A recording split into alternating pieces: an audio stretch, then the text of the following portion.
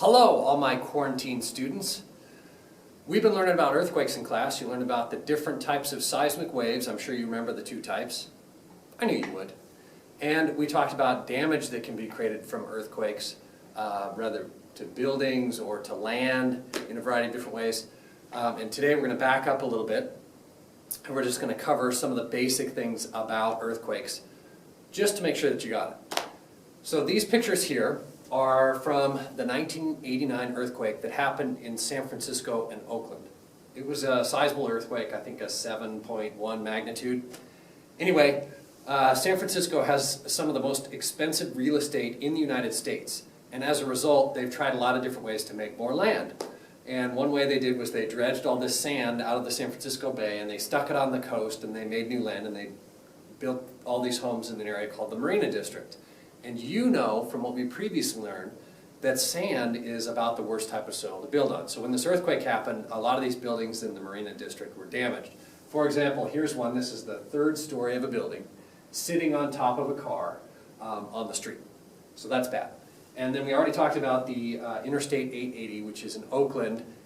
This particular interstate bridge was on the list to be retrofitted, and they hadn't done it yet, and this earthquake happened, and the supports collapsed, and it pancaked one layer on top of the other. It was pretty bad.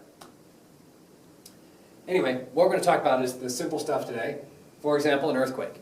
Earthquakes are caused when you have stress built up on two sides of a fault. It's very similar to a rubber band. You can take a rubber band and stretch it, and you know you can't keep stretching it forever because eventually it breaks, right? But you can stretch it for a while because the rubber band has what's called an elastic limit. It can absorb a certain amount of strain before it breaks. And rocks are the same way, so they'd be locked and they're pulling, trying to move in each direction, and they can absorb a certain amount of that energy, and then they break, and when they release that energy in the form of an earthquake. Speaking of a fault, this is the crack in the ground, which you can see in this diagram here, where the ground will break and move along, creating that earthquake. So this fault you can see is at like a 45-degree angle in the ground, and what we have here is one side, this valley side, is dropping down along that fault, and the mountain side is lifting up. In fact, that's actually how the Mission Mountains were formed. So that's kind of cool, because you know you learned, you read already that there's that fault that runs from like St. Mary's all the way or all the way down to Arlee from Polson, so that's what's creating our mountains. What you don't ever hear about when you hear about an earthquake in the news is what's called a focus. The focus is the point directly underground where the rocks first break and move. What you actually hear about in the news is what's called the epicenter. You hear about that all the time. And the reason why is the epicenter is this point directly above the focus on the surface. And the reason why the epicenter is so important, and what you need to really remember, and make a note of this in your notes, is the epicenter is where the most shaking and damage occurs, because it's closest to where the ground first moved. When the ground does move, it releases all that strain in the form of energy, in the form of seismic waves, which we already talked about. Make sure you have all this down. If you need to pause the video to do that, go ahead.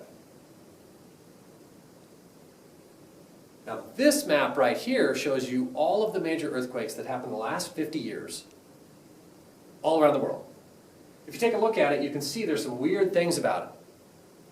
Some of you might have noticed that there's a lot of earthquakes right here, there's a lot of earthquakes right here, and some of you have noticed something else that's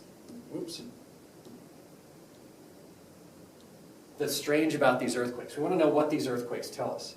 If we look at this next image, you will know. So we'll go back and forth here. You can see that essentially what all those earthquakes are showing us is where the plates are located.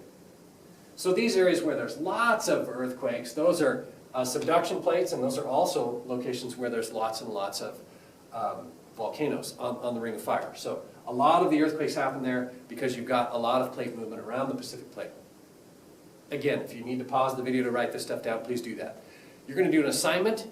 It's actually out of the book. I know you don't have the book with you, but on the page, I took pictures of all the textbook pages that you'll need, and all you have to do is open up that document and type in your answers, and then submit it to me electronically.